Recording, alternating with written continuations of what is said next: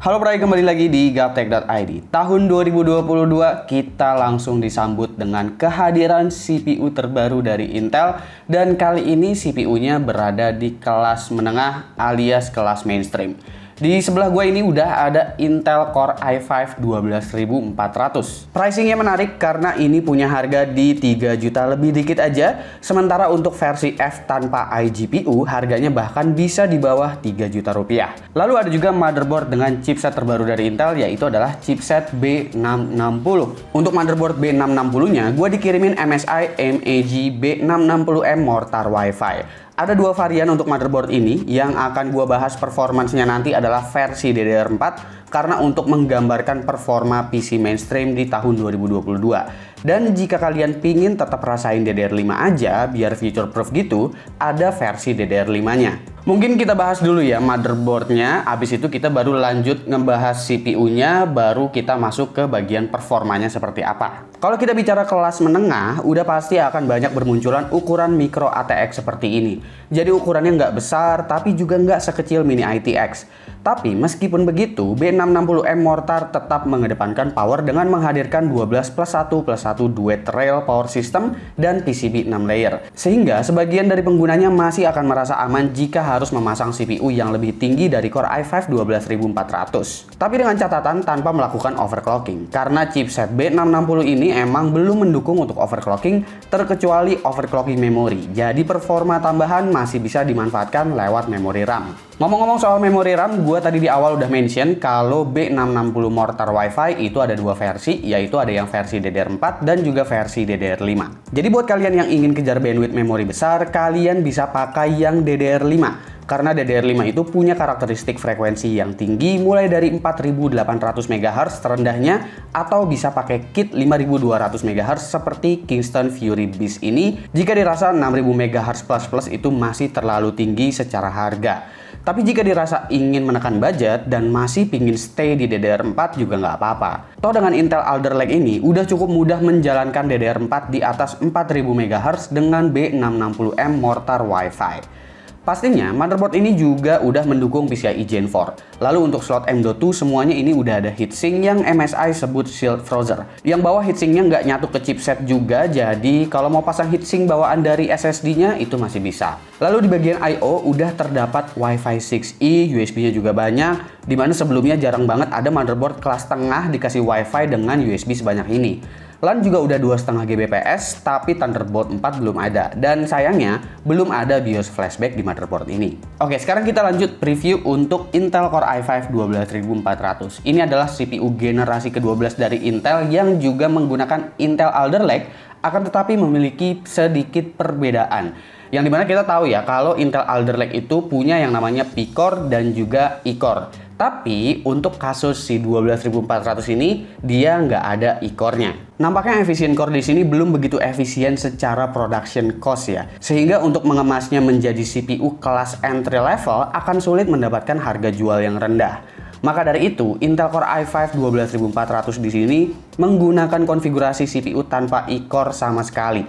Jadi Alder Lake yang ada di sini hanya sekedar P-Core-nya aja. Berbeda dengan Core i5 12600K yang masih memiliki E-Core di dalamnya. Tenang aja, Core i5 12400 tetap punya rating yang rendah di 65 watt kok, meskipun E-Core harus absen di CPU ini. Clock speed-nya Core i5 12400 ini punya base clock yang sebenarnya rendah, cuma 2,5 GHz, tapi boost all core dan turbo 1 core-nya tinggi, yaitu up to 4,4 GHz. Jadi ini CPU bisa ramah cooling dan ramah untuk casing mini juga nih harusnya. Meski clock-nya kecil, ingat IPC dari Alder Lake itu kenceng. Jadi dengan harga 3 juta, bisa jadi bahan pertimbangan banget mengingat kompetitornya yaitu Ryzen 5 5600X atau 5600G harganya jauh lebih tinggi. Abis itu selanjutnya, harusnya Core i5 12400 ini punya cooling bawaan. Tapi karena unit di gua ini sample press kit, jadi nggak ada stok coolingnya. Cooling bawaannya akhirnya setelah sekian lama Intel mengganti desain coolingnya nih. Ya tetap sih ini cooling basic banget, tapi ada peningkatan karena sekarang nggak cuma aluminium heatsink doang. Tapi ada lapisan kopernya untuk CPU kelas tengah seperti ini. Harusnya ini bisa nahan TDP sekitar 95 watt. Karena bukan seri F, maka CPU ini juga punya integrated GPU. iGPU-nya adalah Intel UHD 730, tentu ini IGP yang basic. Tapi ini bisa jadi solusi sementara jika kalian masih menahan diri untuk beli GPU. Intel UHD ini encodernya termasuk sangat baik loh jika dipakai untuk editing video.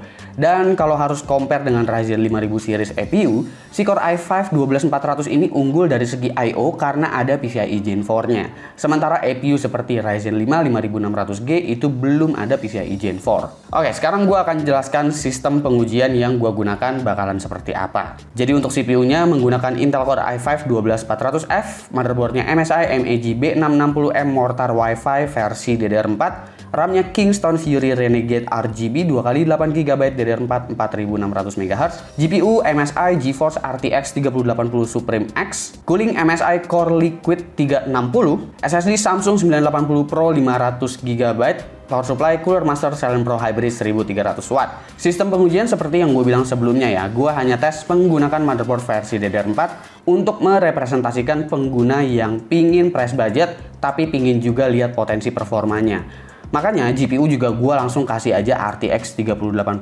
sekalian. Tapi untuk benchmarknya nggak hanya RTX 3080 aja kok, tapi gue juga akan munculin beberapa benchmark dari iGPU-nya sebagai gambaran aja, terutama untuk di productivity ya. Siapa tahu ada dari kalian yang berencana rakit PC tapi masih nahan-nahan diri untuk beli kartu grafis di tahun 2022. Jadi kalian mendapatkan gambaran lah iGPU-nya bisa dimanfaatin untuk apa aja kalau misalkan digunain untuk productivity. Jadi kita langsung aja masuk ke benchmark yang pertama, yaitu adalah Cinebench R15. Jangan dikira clock kecil Alder Lake itu pelan. Single core di R15 ini aja tembus 230. Ini tuh udah bisa lah head to head dengan 5600G atau 5600X ya.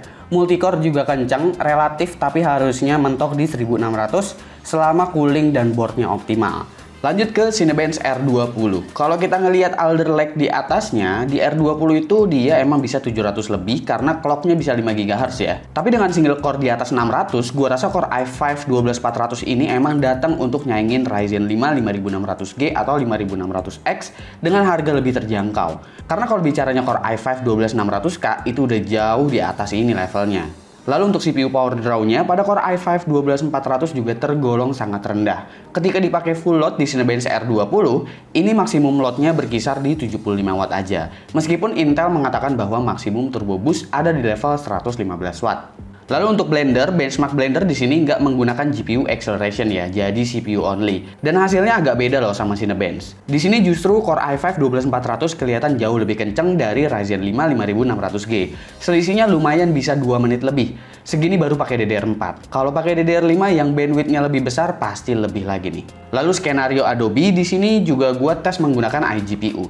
Kalau ini berbalik lagi, APU dari Ryzen 5 5600G kelihatan lebih unggul. Emang generasi APU sekarang jauh lebih kencang dan Core i5 12400 di sini bukan Intel Iris ya. Jadi ini nilai yang wajar dan untuk skenario Adobe masih bisa di-push lewat CUDA Core jika pakai kartu grafis lagi. Lalu untuk 3D Mark gue cek lewat CPU profile aja. Skor 3D Mark CPU di sini lagi-lagi diungguli oleh Core i5 12400. Bedanya tipis-tipis sih, tapi cukup menunjukkan seberapa kompetitif si Intel saat ini. Kayaknya kita langsung lompat ke game aja ya. Untuk game gua nggak bandingin sama Ryzen 5 5600G lagi, tapi langsung ke abang-abangan Alder Lake-nya aja. Biar kita tahu ada efek bottlenecking atau enggak jika kita pakai GPU sekelas RTX 3080. Langsung aja di game Death Stranding, kita lihat load GPU-nya aja dulu ya. Di game Death Stranding ini, kalau pakai Core i7 12700K dengan RTX 3080, load GPU di resolusi Full HD sekitar 90 sampai dengan 70%-an paling rendah. Ini benchmark kita untuk ngukur seberapa bottleneck-nya. Nah, kalau pakai Core i5 12400, ini load dari RTX 3080-nya masih sama kok, segituan juga. Tapi, hasil performance FPS-nya emang bakalan beda. Faktornya apa? Ya faktornya karena Core i7 12700K emang lebih kenceng aja. Makanya selisih FPS di sini tetap bisa beda 20. Wajar karena Core i5 12400 ini mentoknya sekedar di 4,4 GHz aja. Lalu pada Far Cry 6 juga selisih load GPU untuk resolusi Full HD. Lalu pada game Far Cry 6 juga selisih load GPU untuk resolusi Full HD beda tipis aja kok. Belum terhitung bottleneck untuk resolusi segini. Justru dengan resolusi Full HD akan menekan CPU sehingga emang akan ada beberapa limitasi ke GPU-nya. Alias skenario yang tepat untuk ngecek bottlenecking. Selisih FPS kurang lebih sekitar 10 apabila tanpa menggunakan ray tracing dan FSR. Jadi sejauh ini harusnya udah ketahuan kalau pakai GPU yang kelasnya di bawah RTX 3080 udah jelas aman ya. Nggak usah nanya-nanya lagi nih, GPU high-end aja udah ketahuan kok. Lalu selanjutnya adalah Horizon Zero Dawn. Pada game ini selisih FPS beda dikit aja. Gua rasa kalau mau dipaksa jadi PC high-end budget, kayaknya Core i5 12400 masih bisa lah kali ya dipaksain. Lalu Shadow of the Tomb Raider. Dan game ini juga selisihnya sekitar 10-11 FPS. Ini setting highest, semua game yang gua jalanin tadi tanpa ray tracing dan DLSS dengan tujuan pingin lihat kemampuan CPU-nya bisa sampai semana. Oke, sekarang kita masuk ke bagian harga dan juga kesimpulan. Untuk harga dari CPU-nya sih gue di awal udah sebutin ya harganya berapa. Tapi untuk harga motherboardnya jujur aja gue belum mendapatkan info apa-apa dari MSI yang minjemin motherboard ini. Untuk harganya itu berapa di Indonesia. Tapi kalau ngelihat dari harga Z690 yang harganya relatif waras-waras saja, seharusnya B660 ini seri-seri motherboardnya itu harganya bakalan ikut masuk akal juga. Tapi nanti gua update di kolom deskripsi karena kabarnya untuk tanggal 5 Januari 2022 itu udah bakalan keluar untuk harga dari motherboard B660M ini seperti apa harganya. Untuk CPU-nya sendiri sih ini punya harga yang bagus ya, bersahabat dengan PLN lumayan, bersahabat juga dengan cooling sebenarnya. Ya emang nggak bisa di overclock, cuma nggak apa-apa, paling enggak dengan pakai motherboard B660, memori masih bisa di overclock. Bisa pakai XMP tinggi, kalau pakai versi DDR5 bisa boost lebih jauh lagi. Oke, segitu aja untuk video gua kali ini. Silahkan kalian komen di bawah menurut kalian Core i5 12400F gimana dan juga motherboard B660M seperti apa. Komen di bawah dan kasih pendapat kalian masing-masing. Jangan lupa like, share, dan subscribe jika video ini menarik buat kalian. Follow sosial media gua kalau lu kepo sama apa yang ada di balik layar Gaptek. Beli juga merchandise-nya Gaptek kalau kalian ingin support Gaptek dengan cara lain. Ada beragam t-shirt di sana, silahkan cek link di deskripsi kalau emang kalian mau beli. Gue Suki dan seperti biasa sampai jumpa di lain kesempatan.